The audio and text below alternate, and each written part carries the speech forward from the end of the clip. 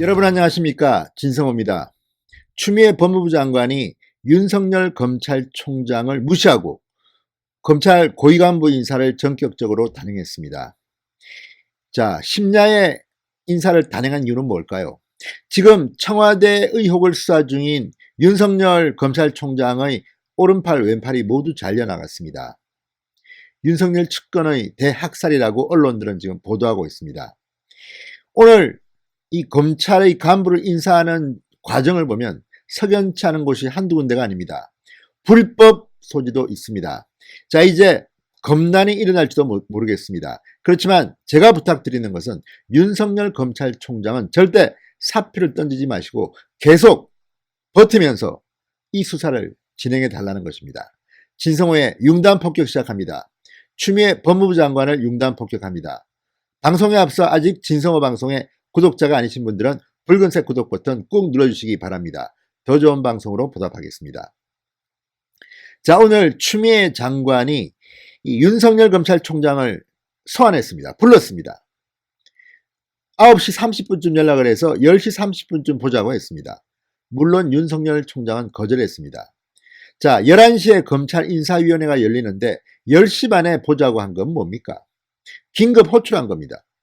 무슨 자기 부하 직원입니까? 검찰청법을 만들고 검찰의 독립적인 기구로 만들어서 검찰총장을 인사청문회하는 이유는 그만큼 검찰의 정치적 중립성이 중요한 까닭입니다. 그런데 이번에 문재인 대통령과 추미애 장관은 이런 검찰의 중립성을 망가뜨려버렸다는 비판을 받고 있습니다. 과연 이래도 되는 건지, 대한민국 민주주의가 후퇴하는 것은 아닌지 고민해볼 필요가 있습니다. 오죽 저들은 겁났는지 쫓겼는지 절차까지도 무시했다는 비판을 듣고 있습니다.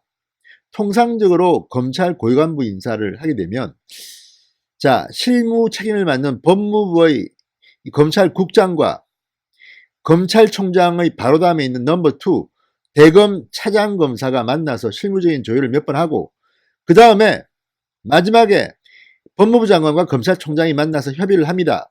그러면서 뭐 이 사람 빼달라 이 사람 넣어달라 그러면 슬쩍 이거 법무부 장관의 요청은 청와대 요청이구나 몇 명 들어주기도 하고 이런 식으로 검찰 고위 인사는 진행되어 왔던 게 관례입니다. 그런데 이번에는 검찰 측 의견은 철저히 무시당했습니다. 법무부 장관이나 청와대 입장에서 볼 때는 오로지 청와대를 수사하는 것을 방해하는 목적이 있었던 것은 아닌지 의심할 수밖에 없는 대목입니다. 이번에 잘려나간 이 3명의 윤석열 참모들이 있습니다. 윤석열의 최측근으로 분류되는 3인방이 모두 좌천당했습니다. 자, 한동훈 대검찰청 반부패 강력부장, 조국 전 장관 일가 수사의 책임자였습니다. 부산고검 차장으로 전보됐습니다. 박찬호 대검 공공수사부장, 이번에 청와대 울산시장 선거 불법 개입 의혹을 지휘하던 사람입니다. 제주지검장으로 이동했습니다. 자, 그리고 배성범 서울중앙지검장, 이번에 법무연수원장으로 전보됐습니다.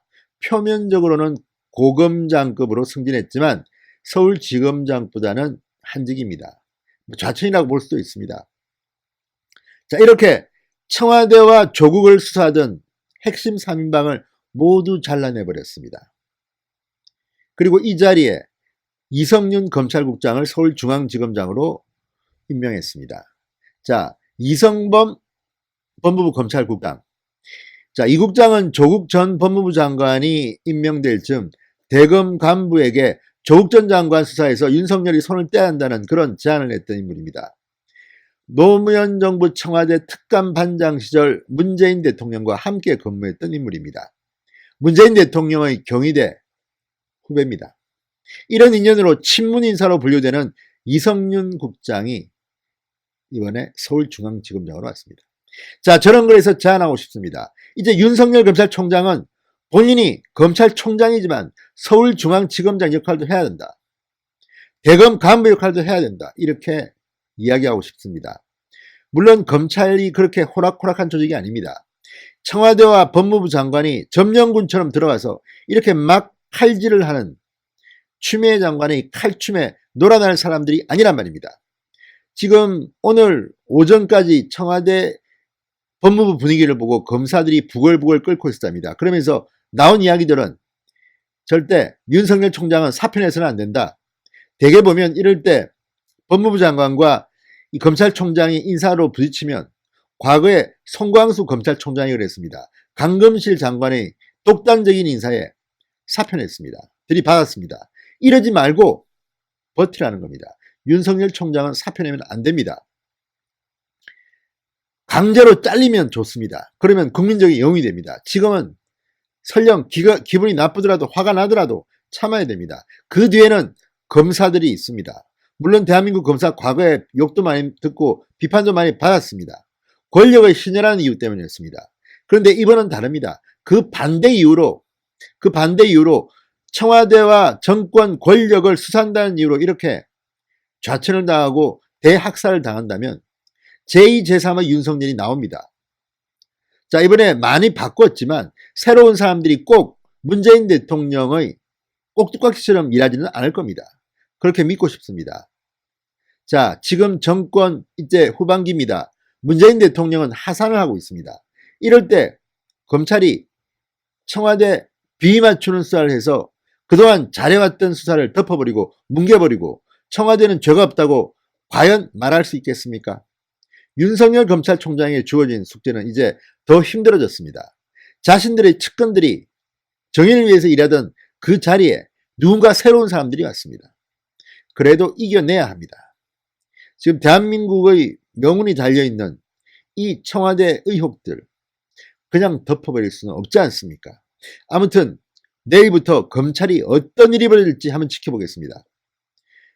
청와대 강금실, 청와대 추미애 장관 지금은 웃고 있을지 모르겠지만 그렇지 않을 겁니다. 추미애 장관은 아마 고발당할지도 모릅니다. 윤석열 검찰이 수사할지도 모릅니다. 무엇보다도 정권이 바뀌면 좋은 시절이 오면 적폐 수사의 대상 1호감이 될 겁니다. 진성호의 융단 폭격이었습니다. 여러분 감사합니다.